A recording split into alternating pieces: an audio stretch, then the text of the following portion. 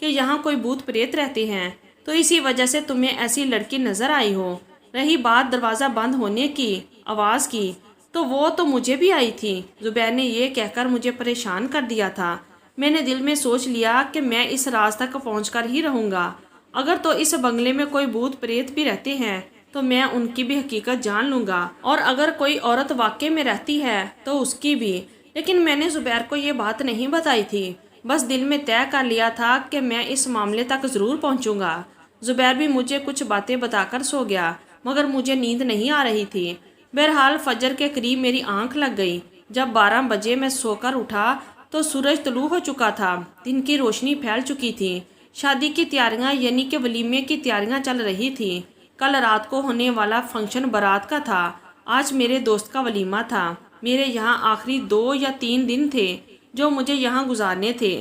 میں نے سوچ لیا کہ میں کسی نہ کسی سے اس لڑکی کے بارے میں ضرور پوچھوں گا کہ وہ کون تھی، کیسے آئی۔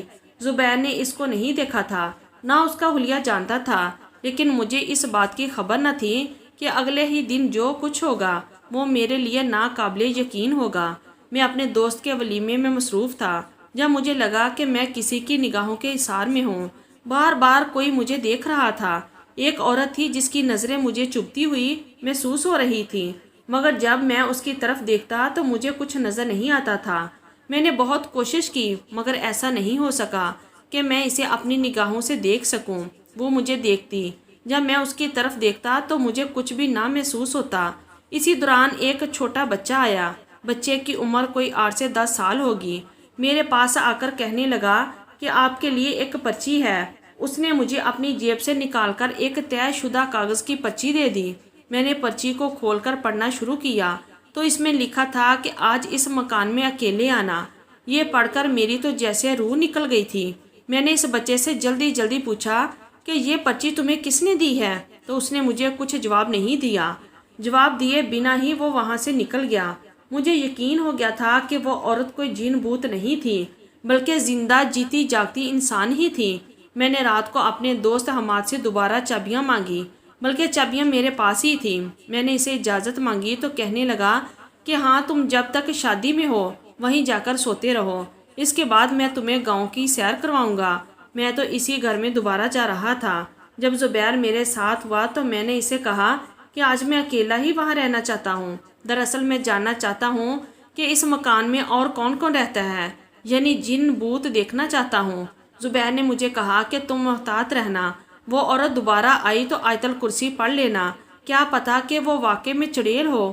ایسی چیزوں سے بچ کر رہنا چاہیے، ان کے سامنے خود کو چیلنج نہیں کرنا چاہیے۔